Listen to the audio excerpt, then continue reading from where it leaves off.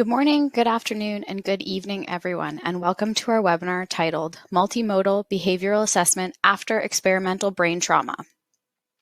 This webinar has been sponsored by Colborne Instruments, PanLab, and Harvard Bioscience, so a big thank you to them for helping to make this event possible. Joining us today, we're very fortunate to have Dr. Corina Bondi, an assistant professor at the University of Pittsburgh. Her research focuses on experimental traumatic brain injury, the resulting cognitive deficits, and potential avenues for developing therapeutic approaches to treatment. So, without any further delay, I am very excited to welcome Dr. Corina Bondi. Corina, thank you so much for being here with us today, and the floor is yours whenever you're ready. Great. Well, thank you so very much for the opportunity to present some of our work today, carried on at the Stafford Center for Resuscitation Research at the University of Pittsburgh. And thank you for everyone who has been tuning in from literally all over the world. I've seen not just stateside, but also Europe and South Africa and Asia and so forth. So that's wonderful. Much appreciated. I have no relevant financial or non-financial interest to disclose. And as Sarah mentioned in the introduction, our lab focuses on executive and cognitive dysfunction after traumatic brain injury. So as a brief introduction, for those of you who might not be familiar with the field of TBI, there are basically over 2.2 million emergency departmental visits in the United States from TBI, and there are over 10 million TBIs worldwide every year. In the US, it leads to over 280,000 hospitalizations and over 50,000 deaths, as well as direct and indirect medical costs of over $76 billion. The symptoms after TBI come in different categories, but one of the main categories they were interested in are cognitive symptoms. So behavior or mood changes, alterations in memory, concentration, and attention. Of course, there are also more severe symptoms such as persistent headache, seizure, loss of coordination, confusion, and agitation. Everybody is at a risk for TBI, really. Of course, it can be an accident, can happen anytime, but some of the highest risk groups are children under the age of 14 and the elderly over 65, because of course they have less balance and stability and they're more likely to fall and hit their head. So when we think of cognitive function in traumatic brain injury, we think of different brain regions, but one of the main ones is the prefrontal cortex, or the PFC. And the PFC-dependent executive function refers to a collection of related yet distinct abilities to provide for intentional, goal-directed problem-solving action, therefore basically organizing and directing all top-down control of cognitive activity, emotional responses, and overt behavior. Executive dysfunction is a common outcome in TBI, and it's often seen as specific deficits in planning, cognitive flexibility, as well as behavioral inhibition and poor organization of learning, memory, and language formation. And what you see on the bottom are three imaging cases of patients with frontal lobe damage, ranging from milder on the left side to a more severe contusion on the right side, all of them afflicting the prefrontal cortex. So, considering the intricate connectivity that's either direct or indirect of the prefrontal cortex with various brain regions, it has been an interest in the TBI field to tease out the possible mechanisms through which the frontal cortex may affect cognitive function, especially given the fact that it is connected to different and many other brain regions, from the striatum to the ventral tegmental area, substantia nigra, and so forth. This is a slide that I like. It's called Et Pluribus Unum, or Out of the Many One. Basically, several kinds of knowledge and afferent innervations combining to produce a sophisticated behavior. For a long time, it has been thought that the rat frontal lobe may not be very advanced, and it doesn't really do too many things. But a lot of research in the past 20 or 30 years has shown that, especially when you look at the green areas, right, the agranular cortex, you have the human brain on the left, the macaque monkey in the middle, and the rat on the right. A lot of the brain regions are similar, and they basically intimately influence behaviors in similar ways, ranging from the function of the anterior cingulate cortex, infralimbic cortex, prelimbic cortex, and so forth. So in the clinic, executive function is often tested through a variety of tests that are basically the cornerstone of assessing dysfunction in patients with a variety of conditions affecting the frontal lobe. One of the tests is the Wisconsin card sorting test, and in which patients are asked to find the correct classification principle across stimulus dimension by trial and error and examiner feedback. And there's a dose-response effect of TBI severity on Wisconsin card sorting test performance. So basically, they have to match the target card based on form, color, as well as number. And once they reach criterion on a dimension, it switches to the next dimension. There's also the continuous performance test, in which it measures sustained attention, which is highly sensitive to brain damage or dysfunction. It is a core deficit in the number of disorder, and it's based on the interaction of cortical, frontal, temporal, parietal, and subcortical structures. Also, TBI alters continuous performance test performance. So one of the tests that we use in the laboratory is a test of sustained attention called the 3-choice serial reaction time task. It takes place in operant chambers. It is analogous to continuous performance test in humans, which is a variety of the 5-choice serial reaction time test. The operant chambers consist of a food dispenser and a trough on one wall, and 3 identical cue nose poke holes on the opposite wall. Brief light cues are randomly presented in one of the cue ports, and the rats perform the task for a 30-minute session. It takes us 2 to 3 months to train the animals on this task, and they need to reach higher than 70% accuracy and lower than 20% omissions. We measure the accuracy as a percentage of correct responses, the incorrect responses, again, the omissions, and the number of prematures, which are the number of cue nose pokes during the intertrial intervals. So we wanted to test the effects of TBI delivered as controlled cortical impact on the 3-choice serial reaction time task. So one of the methods through which we deliver TBI in our center, although we literally employ the majority of the TBI models, but one of the ones in our laboratory is a controlled cortical impact injury. The device was developed by Dr. Edward Dixon at our center, and basically animals are anesthetized, affixed on a stereotaxing frame, and you can do either closed skull or open skull over the dura mater, and a pneumatic piston will impact the surface of the brain at a predetermined angle or duration or depth. The most standard type of injury that has been done typically in TBI has been parietal cortex injury. And so we started with that for our test in both normal cycling females, particularly because women, when they suffer from a TBI, are at different phases of their menstrual cycle, as well as the fact that in previous literature in the TBI field in animals, it was found that the estrus phase cycle for motor and spatial learning wasn't really affecting outcome. So we're using normal cycling females versus males. Again, it took 2 to 3.5 months for the animals to be trained from 15-second cue to 0.3 second cues. So they have to really orient to the cues. Then they undergo surgery, TBI, at 2.8 cortical millimeter deformation depth. And then they're given 2-week break for recovery, and they were retested on the 3-choice task at days 14 to 24 post-surgery. So the 2 left panels are females, and the 2 right panels are males.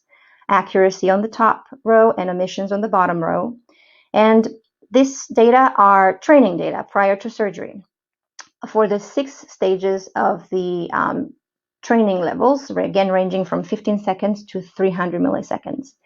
And our data look exactly how they were supposed to look based on the literature. Basically, the animals reach the 300 millisecond level with 75 or 80% or higher percentage of accuracy and less than 10% omissions for both females and males.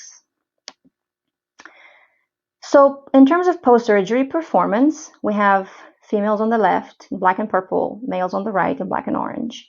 And the time points at the beginning of each graph represent the baseline averages. So basically the last 6 baseline sessions for each rat, followed by 2 weeks later, post-surgery testing for 10 days.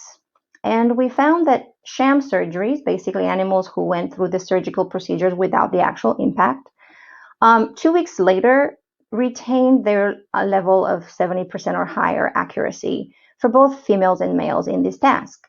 However, both females and males were significantly impaired in terms of percentage accuracy in the 3-choice task, and it remained sustained throughout the 10 days of post-surgery testing, therefore suggesting reduced sustained attention and vigilance. We also wanted to see, considering that we give our injury on the right parietal cortex, whether there was a laterality in terms of how these rats perform. So as the rats sit in the operant chambers and they focus their attention to the left, center, or right cues, we broke down the accuracy based on performance in those 3 specific cues, left, center, or right. And we found that animals seemed to perform particularly worse when it came to the cue appearing randomly in the left side of the operant chamber, so opposite to where their injury was, which is interesting because it seems that it would be a rodent analog of visuospatial neglect. You can see in the top 2 panel that accuracy performance in the left cue goes from 70% accuracy or so down to 30% accuracy on the first days post-surgery testing. In females, as the 10 days go on, it seems to start recovering. However, in males, it does remain more sustainedly affected. So in the clinic, patients that have visuospatial neglect are given visual scanning therapy, where they're forced to keep training their gaze towards the side that is affected. So we were wondering if possibly, interestingly, our females may benefit from that, as they have to basically keep moving their head and keep looking to the left side as the 10 days of post-surgery testing go on. So operant behavior is obviously great. It offers an objective and computer moderated means of assessing animal behavior, but we're also interested in testing cognitive function in a more kind of natural foraging environment for the animals. So one of the tests that we do for executive function and behavioral flexibility in rats is called the digging attentional set shifting test, or the dAST.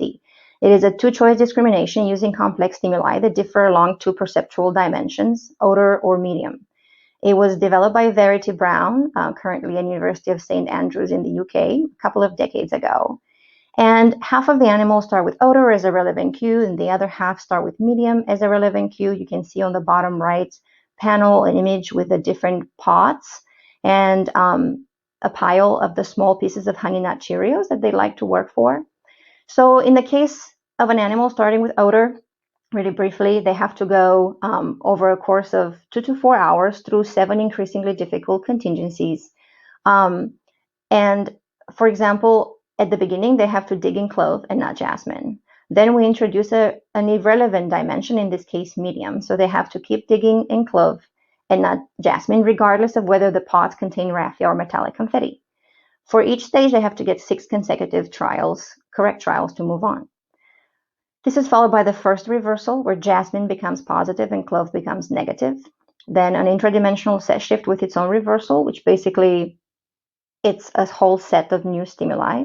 And up until this point, the animals form and reinforce a cognitive set.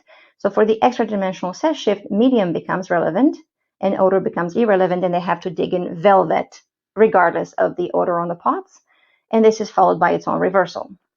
So Dr. Brown's lab has shown in the first pivotal papers that whenever they lesioned with ibotenic acid the medial prefrontal cortex, and they tested the animals on the AST, on the y-axis of the top right graph, you have trials to reach criterion, and on the x-axis, you have the 7 stages of the task. And MPFC lesion specifically impaired the extra-dimensional set shifting performance by raising the number of trials to reach criterion. They followed that up with a study in which they lesioned the orbitofrontal cortex, which has been known in humans to be involved in reversal learning. And they found on the bottom right, you can see on the graph, that specifically the 3 stages for reversal learning were impaired in this case, and not the extra-dimensional set shift. So this was sort of some of the first papers that started to suggest that even though these are rats and they have a rat prefrontal cortex, different subregions of the frontal lobe in rats intimately regulate facets of the executive function and behavioral flexibility in these tasks. Since then, in the past 20 years, the digging AST has been used in over 120, 130 studies, and outside of the TBI field, where different laboratories have looked at schizophrenia models, different other dopamine manipulations with antipsychotic drugs, cholinergic manipulations, noradrenergic manipulations, serotonin in models of depression, and of course, a variety of excitotoxic lesions, showing that different pharmaceutical compounds can either impair or improve performance as hypothesized. So in our studies, we were also interested in changing or moving around the location of the injury, particularly because traumatic brain injury is so heterogeneous and no two injuries in humans look alike. People can hit their head in different locations of their skull, and oftentimes similar symptoms can occur with different types of injuries. And if you think of someone who might hit their head on the windshield in a car accident or fall off a bike or off the steps, the frontal lobe oftentimes is clearly affected. So we wanted to look at digging AST performance and compare what happens whenever we injure the parietal cortex over the hippocampus or the frontal lobe directly. So generally speaking, we give the surgery at day 0. The animals are allowed to recover for 3 weeks, and then they get put on the mild food restriction to increase their propensity to work for those small pieces of Cheerios, and then they get tested at 4 weeks post-surgery, which generally, as best as possible, it equates to about 2 years post-injury in humans. So in the first study, we looked at parietal control cortical impact effects on the digging AST task. We had naive animals that didn't even undergo surgery, sham surgeries, as well as 3 levels of injury just to see how sensitive the task is to injury. We had 2.6, 2.8, and 3.0 millimeter cortical deformation depth. And we found that it was specifically the 2.8 and the 3.0, so red and blue, that impaired performance by raising the number of trials to reach criterion on the extra-dimensional set shifting task, ED, and the third reversal. We also look at total errors, just like in the Wisconsin card sorting test, for example, and we found that the 2.8 cortical millimeter deformation depth group significantly increased errors on the first reversal compared to the naive group. We followed up with confirming the different levels of injury by looking at the cavity that was formed post-surgery. And you can see in the upper panels the different levels of cortical lesions ranging from 2.6 to 3.0. And the 3.0 cortical deformation depth rendered a significantly larger lesion volume than the 2.6 cortical deformation depth, with the 2.8 being in the middle, which again is to be expected based on the literature. So we had another study in which we wanted to start looking at different types of therapies that may reverse these types of deficits. So we published a study a little more than a year ago where we looked at augmenting acetylcholine with galantamine, which is basically an acetylcholinesterase inhibitor, as well as a modulator at the cholinergic receptors. And we found that it restores executive function after parietal TBI. So if I can direct your attention to the first reversal, TBI plus vehicle, which is the black bar, was significantly worse in terms of trial to criterion compared to sham. And the 2 different doses of galantamine that we gave, 1 or 2 milligram per kilogram, significantly normalized performance on the first reversal compared to the animals that were injured but only got vehicle. In a different study that's currently under review, we also looked at augmenting serotonin with citalopram, which is a selective serotonin reuptake inhibitor, and looking at the effects of either citalopram alone or housing animals in environmental enrichment, which is a known kind of preclinical animal of neurorehabilitation, in which animals are placed, instead of their standard cages, are placed in these larger cages with multiple levels and 10 to 12 animals at a time. So it basically has kind of the rehabilitation component. They have larger groups with different toys and chutes and ladders, so they get to interact with their environment, and it's found to be very beneficial both in the TBI field and outside of the TBI field. And we wanted to see if the combination therapy may augment reversal learning recovery after parietal TBI. So I know that this is a busy slide, but if we can look at extradimensional set shift stage and the third reversal stage, which are the last two stages, basically just like in the Galantamine study, the TBI vehicle animals, which were housed in standard housing, which is the clear bar with hashed lines, they were significantly worse than sham animals by having larger trials to Criterion. Then TBI animals, they receive either citalopram or environmental enrichment housing, rendered significant improvements compared to vehicle-treated TBI animals. Interestingly, for the third reversal learning, which is the very, very last set of bars, the combined therapy, so the solid black columns, the combined therapy augmented performance from either citalopram or environmental enrichment because it was significantly better than the individual treatments alone. So like I mentioned, we also wanted to see digging attentional set performance after frontal injury. And we did a similar study like we did with the parietal TBI. We had sham animals as well as 3 levels of injury, 2.0 ranging to 2.4 millimeter deformation depth. And you have to go a little bit more shallow because the tissue in the frontal lobe is obviously smaller, the area. So the 2.2 and the 2.4 millimeters deformation depth significantly worsened performance on the extradimensional set shift stage compared to both sham and the 2.0 millimeter deformation depth TBI group, suggesting that indeed the moderate to severe frontal lobe injury was detrimental for executive function in this test as well.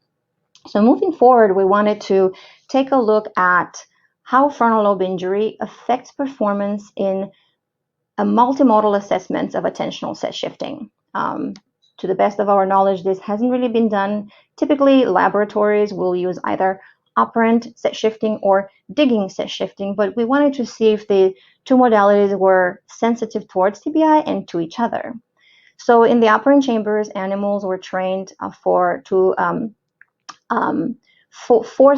daily sets of attentional set shifting. Basically, they have to focus just on the left and the right cues for a food reward. They got moderate frontal lobe injury. And the behavior itself, it takes approximately a month to train. They have to focus their attention on either light or side. So in order to move from one set to the next in a given day and basically undergo 3 executive set shifts, they have to get 10 consecutive correct responses. So it might be light, light, left, right, or left, right, light, light, and so forth.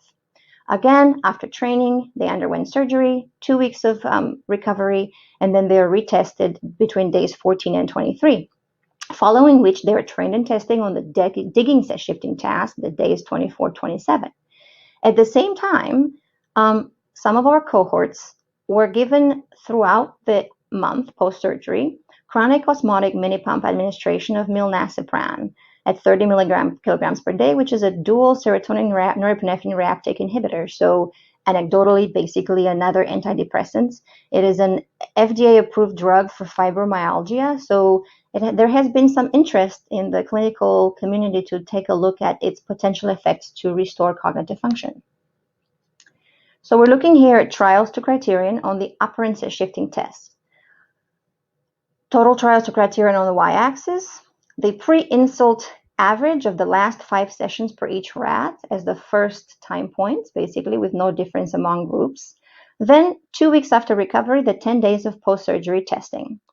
The solid dark line represents the combined sham animals. There is no difference between sham, TBI, or milnacipran, so we pulled them. The dotted line is TBI animals that received vehicle osmotic mini pump administration, and they, on multiple days post-testing, they perform significantly worse than sham by necessitating more trials to reach Criterion to finish the 4 sets every day. The hashed line represents injured animals that received milnacipran. And you can see that on many of the test days, they were significantly better than vehicle TBI. Although it was not significantly better than sham, on a few of those days, they seemed to be even a little bit better than sham.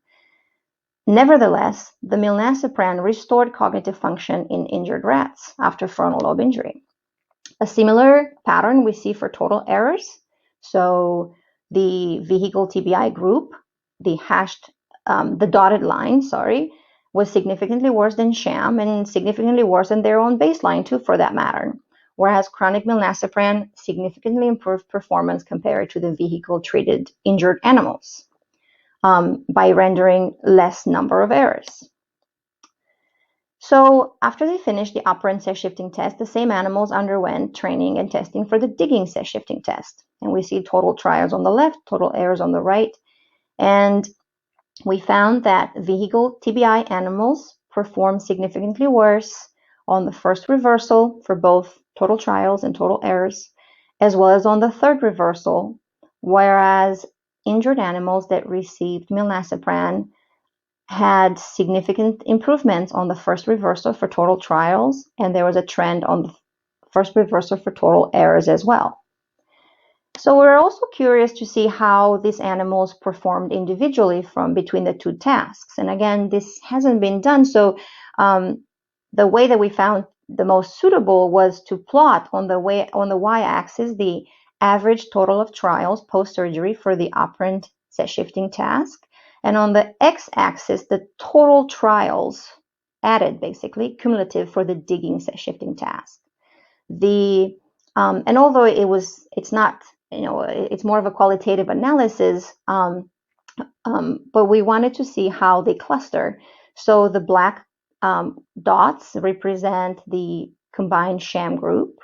The red squares represent vehicle-treated TBI animals, and a good percentage of those TBI animals are outside of the sham, suggesting that they tend to perform worse on one task, they perform worse on the other as well.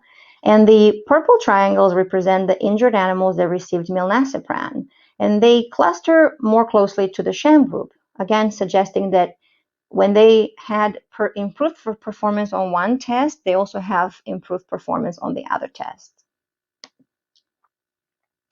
So moving on to the last main part of the talk, as I presented up until this point, we had normal cycling females and males. They're all young adults. We are also very interested in continuing the studies and looking at females as well, or we're completing the operant set shifting study with females. We're also currently looking at aged rats because, as I mentioned at the beginning of the talk, the elderly are a big risk group for traumatic brain injury. And we are lucky to have a governmental grant from the NIH that allows us to look at aged rats this year. But one of the groups that is susceptible to injury, as I mentioned at the beginning, is children. And more than 500,000 emergency department visits every year in the United States are from children sustaining traumatic brain injury ranging from mild to severe. So we wanted to look at controlled cortical impact pediatric injury effects in an instrumental learning task, which is basically a task of goal-directed behavior, as well as digging set shifting task during adolescence. So we use parietal injury at postnatal day 17, which is the equivalent of a toddler basically in a human. And in the operant chamber, there is no major rule for this task. Basically, it's a fixed ratio of 1. You put the animals in for 12 days, and they learn that when the cue comes on in the center, it just stays lit. Whenever they poke their nose into it, they'll get a sucrose pellet.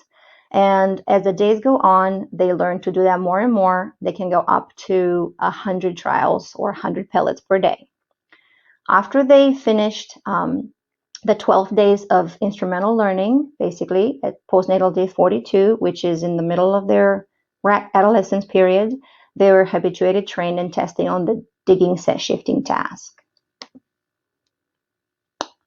So the instrumental learning task, again, looking at goal-directed behavior post-pediatric TBI, We have on the left panel total trials, and on the right panel task-irrelevant pokes. I'll describe those in a second. So we actually hypothesized that injured rats that would have received the injury during the pediatric period, whenever they're tested for this task during adolescence, they would perhaps engage in less total trials than the sham rats. However, as you can see on the left graph, it was exactly the opposite. So the sham curve, which is in blue, is pretty normal for what you'd see in this task. As the days go on, the animals start maximizing towards 80, 90, close to 100 trials.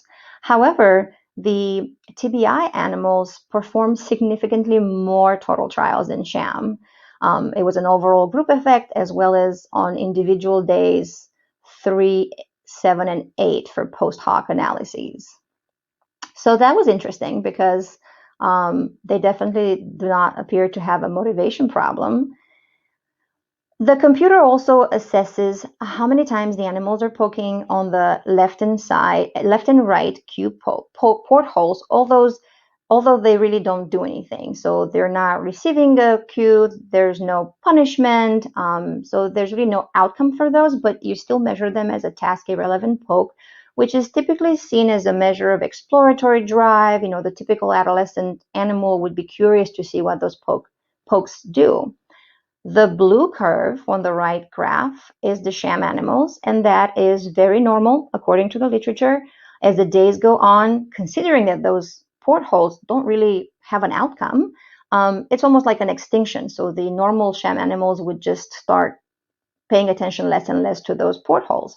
However, our TBI animals from the very beginning paid significantly less attention to those portholes. Basically, although they poked more in the center, they paid less attention to the other holes, suggesting either possibly reduced exploratory drive, but also less distractibility. A lot of clinicians that I've discussed these findings with see it as a potential of kind of ADHD findings where children would spend a lot of their energy trying to focus on their necessary task at hand, therefore perhaps not having the ability to multitask as much. We also looked at premature center pokes, and there were no group differences. And we looked at poke to pellet latency. So once they poked instrumentally, how fast do they go to retrieve their pellet? Normal sham animals, it takes them about 4 to 5 seconds, which we see in the blue curve. And again, the TBI animals retrieve their pellets significantly faster than sham. So again, there's really no motivational deficits. There was an overall effect group as well as individual post hoc differences for days 3 and 11. They really, really wanted to go their pellet very fast. When we looked at the digging set shifting task, assessing executive function during adolescence, post-pediatric TBI, there are actually no group effects. But it's interesting because it doesn't mean that the effects are not there. Once you would go back to the slides from the adults, one would notice that normal sham or control adults actually have less total trials to Criterion than our sham adolescents. Normal sham adults are typically in the low teens, whereas the sham adolescents are around 20-22 for trials to Criterion, which could be a reason why we didn't find a TBI effect. But this higher baseline in adolescence is normal. It has been reported the first time by Dr. Jill McGahey at University of New Hampshire, basically that adolescent animals have more cognitive rigidity than adults, and they make more mistakes. Also possibly because they're so curious with their environment and they inhibit impulsive choices less than adults. So for this particular study, we are very interested in assessing behavior for the digging set shifting task in animals that were given the same type of pediatric injury, but allowed to develop to a young adulthood and see if we're able to tease out injury differences at that age. So to summarize, we provided here, and again, sorry for the beginning slides that were somehow timing themselves at a few seconds and moving forward. We provided the first studies to implement sustained attention, operant set shifting, instrumental learning testing in the traumatic brain injury field, as well as, to the best of our knowledge, the first study to use 2 executive function test modalities incorporating different salient stimuli in the same rats. As I mentioned, the operant chamber is great because it is an objective way for the animal behavior to be assessed, whereas the digging set shifting task allows for the natural sensory interest of the animal to take hold, though it is a bit more difficult because the experimenters have to be highly objective and highly trained to basically assess all the animals the same way. We found that frontal lobe and parietal lobe TBI induced modality-dependent deficits in both operant behavioral tasks, as well as a digging set shifting test. Different drugs such as galantamine, augmenting acetylcholine, citalopram that augments serotonin, and milnacipran that augments serotonin and norepinephrine attenuated the functional deficits incurred after different injuries to the either frontal or parietal cortex. We found divergent alterations of goal-directed behavior in adolescents subjected to pediatric parietal TBI. And in ongoing and future studies, we will continue to elucidate possible mechanisms underlying such deficit across the lifespan, ranging from pediatric and adolescents to aged animals. For sake of time, there's no time to basically show some of the other findings in our laboratory that use the tissues and the brains from these rats, but we implement histological and molecular biology approaches to work towards these goals, such as Western blotting, immunohistochemistry, proteomics, and oxidative stress. So I thank everyone for your attention, and I would be happy to entertain any questions that might be sent my way. Yes, and lastly, this is my laboratory. I would like to state that starting next year, we have a postdoctoral position available. So if any proactive graduate students out there who are looking to graduate at the end of this calendar year or early next year are interested in our type of research, please feel free to email me. You can see here on the left side a wonderful group of our current students and technicians and residents in our laboratory. And of course, thank you to our former team members, to our collaborators, and to our funding from various sources, ranging from local at University of Pittsburgh to the National Institute of Health. Thank you again. Awesome. Thank you so much for that fantastic presentation, Corina. It was really great to hear about your work, and I'm super excited to start this Q&A session. Okay, so let's kick off this Q&A with our very first question.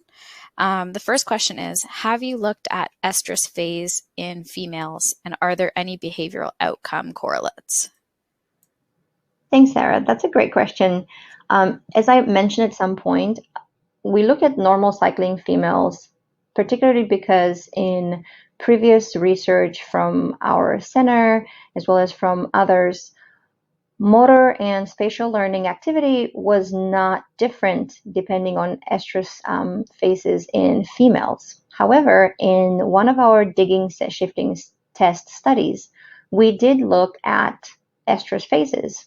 And again, injured animals performed worse on the digging AST, regardless of whether they were cycling in the estrus, proestrus, or diestrus at that time.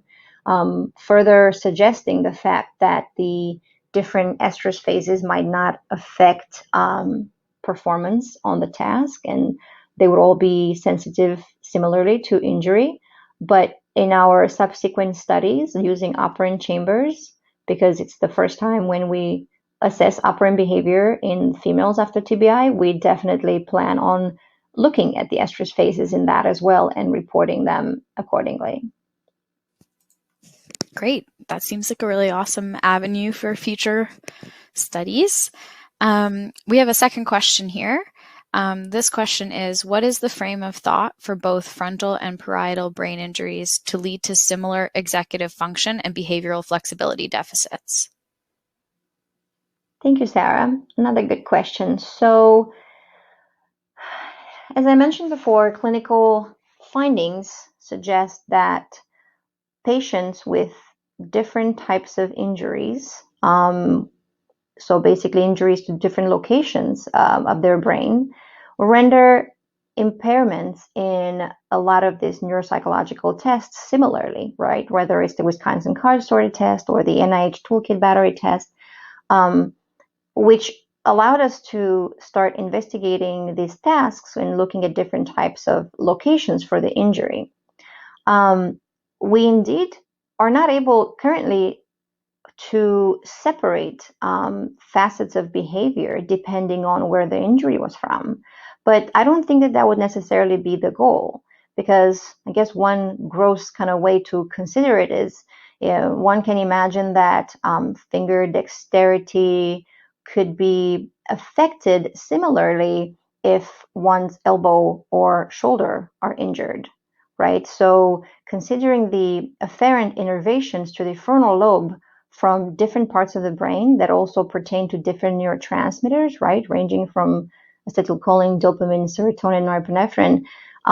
Once you injure different locations in the brain that lead to the frontal lobe, or whether you injure the frontal lobe directly, you could have similar behaviors. What would be really interesting as we continue our studies is to look at how perhaps different treatments might lead to various levels of improvement depending on where the location of the injury is, as well as histological and molecular biology assessments of life cycles of neurotransmitters and determining how different brain regions might differentially express certain markers differently based on where the injury came from. That makes a lot of sense and is a really good question. So thank you for that answer. We have another question here. This question comes from Ross. Ross is asking, do you have recommendations for attentional tasks that translate well to mice? So a lot of these tasks have been successfully performed in mice as well. So, for example, the digging set shifting task was initially developed for rats. However, circa 2008, 2009, different groups, especially Jared Young, Mark Geyer, so kind of the University of San Diego cohort, behavioral neuroscience cohort, they successfully started publishing in mice as well as other groups. So currently, I would say that this task can be successfully implemented in mice as well. And there has been a variety of operant chamber, I guess, versions of attentional tasks, including the newer touchscreen tasks that you can find in the literature, in more recent literature, that they're successfully used in both rats and mice, which is great. Cool. So that'll be really helpful for Ross. Hope that answered your question, Ross. We have another question here from Evelyn. I think I'm pronouncing that correctly. Why did you use the 3 CSRT instead of the 5 CSRT task? That's a good question. So one, because I was trained as a postdoc in Dr. Bida Moghadam's laboratory using the 3-choice serial reaction time task. So it was a little bit easier for me to start implementing that task. 2, as far as what we wanted to accomplish, aka TBI-induced deficits of performance, we felt, based on the literature of both the 3-choice task and the 5-choice task, that we would be able to achieve that regardless of which of the 2 tasks was used. Okay, that makes sense. We have another question here from Damien. His question is, what is the grade of the injury in this experiment? Is it mild or severe? Great question. So based on the first digging set shifting task graphs that I presented with the different types of injury, we found that the more moderate or moderate to severe injury were the ones that rendered reliable and replicable deficits in these tasks. So if you remember also the cortical lesion volumes at the end of that one study, again, it was the 2.6 and the 2.8 millimeter cortical deformation group for the 2.8 and the 3.0 cortical deformation group for parietal. 2.8 millimeter cortical deformation depth has been the standard in many laboratories before we started using these tasks in the TBI field. And for the frontal lobe, again, because you have a smaller brain region, we use the 2.4 millimeter cortical deformation depth that renders similar deficits of performance in the digging set shifting task. So overall, yes, I would say that they're categorized as more moderate or moderate to severe injury. At the same time, though, without rendering death in these animals. Gotcha. Okay. We have a question here from Scott. This question is, based on the anatomy that you presented initially involving frontal subareas, how was damage to the parietal cortex producing specific impairments in set shifting? The way that I always saw it was kind of like a big train hub. So when you block the train hub with the trains that are going towards the frontal lobe, you basically affect multiple neurotransmitters that lead to that brain region. So because of the level of the cavitation that the moderate to severe injury renders whenever you give parietal injury, it is to be expected, and we are currently assessing that with the variety of histological techniques that I mentioned earlier. We're basically assessing the level of disruption of a multitude of neurotransmitters in the frontal lobe that might have been affected. When you basically render such a big injury to the parietal region, one can expect again that it's not going to be just serotonin or just norepinephrine or just dopamine that will be affected, but rather all of them to a certain extent. And as I mentioned, in the multitude of studies of digging AST that were done prior to the test being involved in TBI, all of these neurotransmitters have been previously determined to play at least a partial role in these tasks. So I would say that at this point, just based on the lesion study, it's difficult to say exactly which type of neurotransmitter may have affected, but based on our therapeutics and current histological assessments and molecular assessments, we are looking forward to be able to tease out again in more details the level of different neurotransmitters that were disrupted in the frontal lobe. That's amazing. That's going to be really cool. Thank you for that answer. Before we continue with our Q&A, we still do have a couple minutes left, so we'll answer a couple more questions, but I did want to bring your attention to the survey that appeared on your screen in the last minute or so. If you do have to leave a little bit early, please fill out that survey before you go, and if you can stay for the Q&A and the rest of the Q&A, that'd be much appreciated. So, Corina, we're going to continue with our next question now. This question is from Hugh. He's asking, does the CCI-related anxiety affect the performance of rats in AST?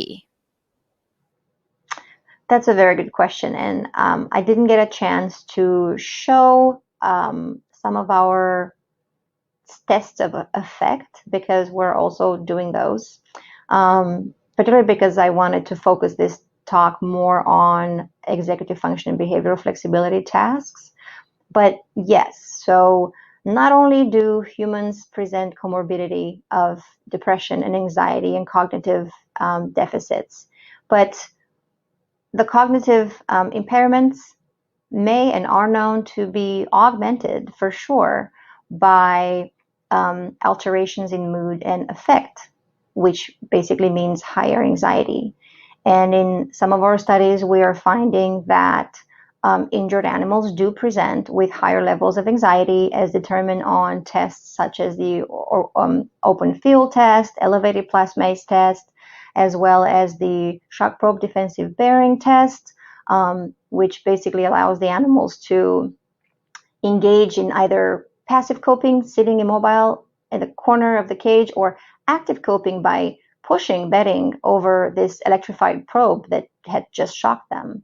So you can basically see a shift, a stress-related shift from active coping to passive coping and vice versa.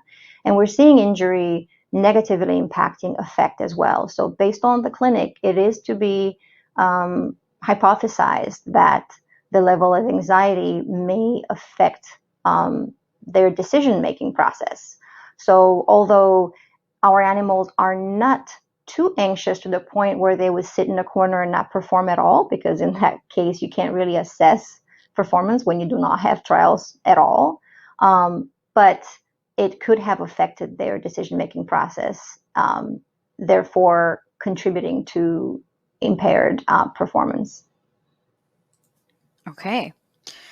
We do have a couple more questions, so I'm not sure if we're going to be able to get to them all, but I'll keep pushing through. So this question is from Damien. He's asking, the effect of milnacipran is very interesting. Is it already prescribed in TBI patients, including young patients? There have been a couple of clinical trials in which some of the outcomes seemed promising.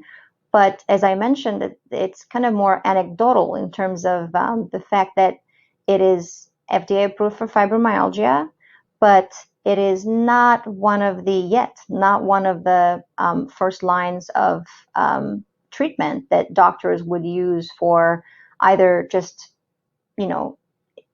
depression or cognitive deficits with an unknown etiology, or whether it is known that depression or cognitive deficits have risen from a recent traumatic brain injury. So to answer that question, a couple of clinical studies, they were not young patients, but it would be very interesting to see that in the near future. Okay, and I think this is going to be our last question, just to be respectful of everyone's time. This question is from David. He's asking, do you have any information on the effects of group housing versus single housing on TBI testing? So environmental enrichment housing has been shown before by a variety of groups and a lot in our center by my colleague and former mentor, Anthony Klein, that it is highly beneficial for alleviating particularly spatial and learning and motor deficits after TBI. We started in some of our studies to implement environmental enrichment either alone or in combination with other treatments, as I shown in the study with citalopram, to determine how it may be efficacious in reducing cognitive deficits on the higher order executive function tasks. Now, we did have a study before from the Klein laboratory where they basically separated the different components of the environment enrichment to determine whether it's group housing or whether it's the toys that are stimulating the animals and so forth, or the size of the cage with the different levels. And they found that while each of those components played a partial role in reversing TBI-related deficits, it was really the combination of all the factors that rendered the most pronounced beneficial effects. So yes, group housing does play a role, but it's not the only factor to get the entire kind of rehab-like component of enrichment. You do need the sizing of the cage and the toys that they are changed daily to stimulate the animals, besides the group factor. Okay. That was a great question. Yeah, really awesome. Thank you so much for your wonderful insights, Corina, today in the Q&A, as well as your presentation.